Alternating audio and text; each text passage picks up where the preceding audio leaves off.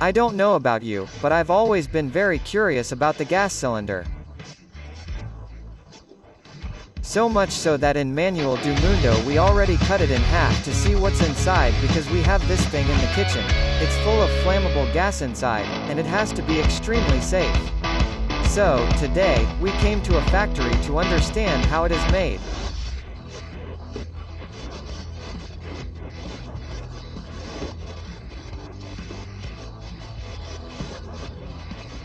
The bottle basically consists of 5 large parts and 3 small ones.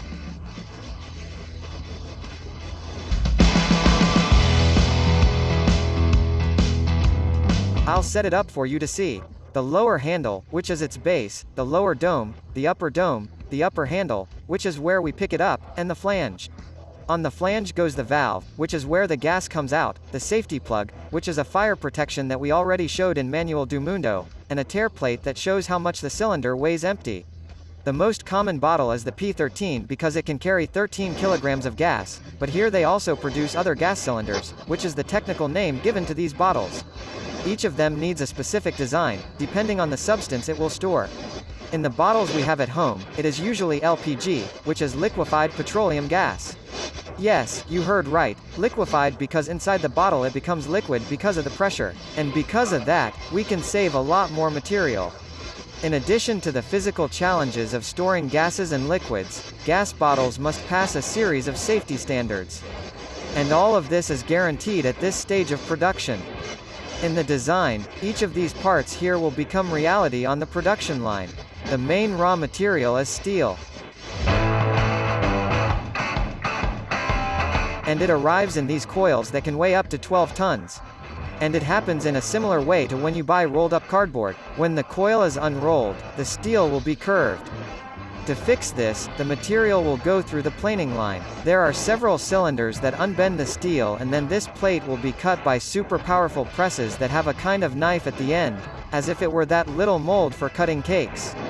Here, circles and rectangles will be formed that will become the body of the bottle. The distributor's marks, registration numbers, are also marked using presses. And at the end of the process, they check the measurements to see if everything is right. These circles will now pass through a hydraulic forming press. They receive a little oil and then the machine presses until it forms half of the body of the bottle, as if it were half an Easter egg. The rings need to go through a colander, which is a type of press that bends the part to form a ring. Afterwards, it receives a weld on the seam and, in the sequence, a fold forms that little loop that makes the piece more ergonomic for us to pick up. For the flange, the process is different. This is where the valves go, so it has a thread that is machined inside the part. To join the two parts, they need to make a kind of fitting. So, the top part goes through a cut and the bottom part goes through a beading machine, which makes a bead, which is this kind of bump. The parts will all be joined using a type of MIG-MAG welding, where a wire is melted using an electric arc and, at the same time, a gas, which can be a mixture of carbon dioxide and argon, is thrown on top to protect the bead that is formed to not give any defect in the weld. First they weld the ends and the flange, and then the two halves are fitted together at the end in what is known as a circumferential weld. The bottle is almost ready and here all the parts will undergo an inspection to check everything is right.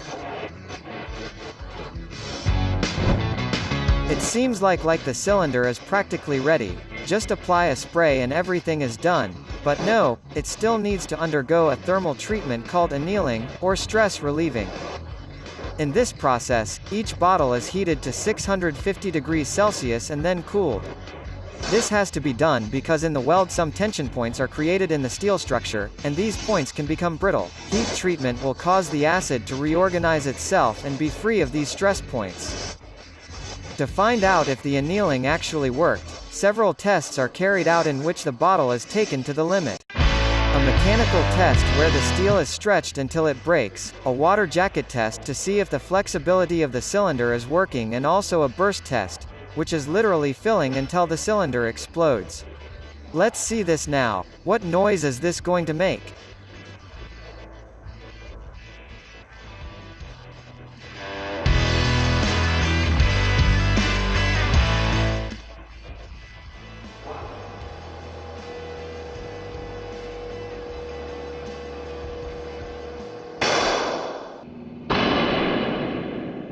Let's see how it turned out.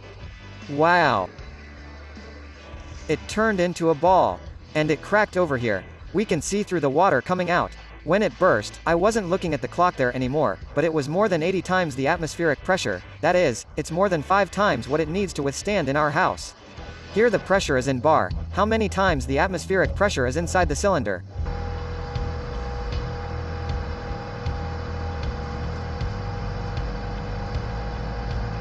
It's close to the time it usually breaks. I felt the rain here on top of me. The cool thing is that it has a pattern. It's always more or less the same point. If an exploding gas cylinder isn't worth a thumbs up, I don't know what's worth a thumbs up.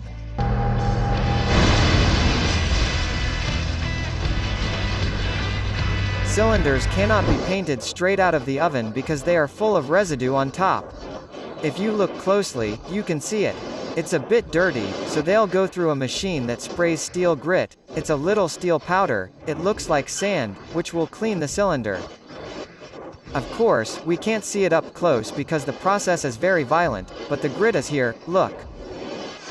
Look how beautiful. It came out clean here on the other side, and the surface is already a little rough to receive the paint. The painting will take place in layers. First comes an anti-corrosive background that is applied by immersion. That is, cylinders are immersed in a tank. Then comes 2 more layers, one of primer and another of enamel paint. They are usually the same color: blue, yellow, silver, green. At the end, these layers are cured. They are dried in an oven at 150 degrees Celsius. It's time to put the safety plug in. It's a screw that has a bismuth alloy inside. Bismuth is a metal that melts very easily, so if there's a fire, this here will melt and let the gas escape. And that's what guarantees that the cylinder will never explode in a fire. Soon after, they will do a pressure test on each of the cylinders. For this, high-pressure water is injected. As a rule, cylinders need to withstand 17 times the atmospheric pressure, but here they put 34 times and there can be no leaks. This test needs to be done with water because, if it were with air, there would be a risk of the cylinder exploding in the leak.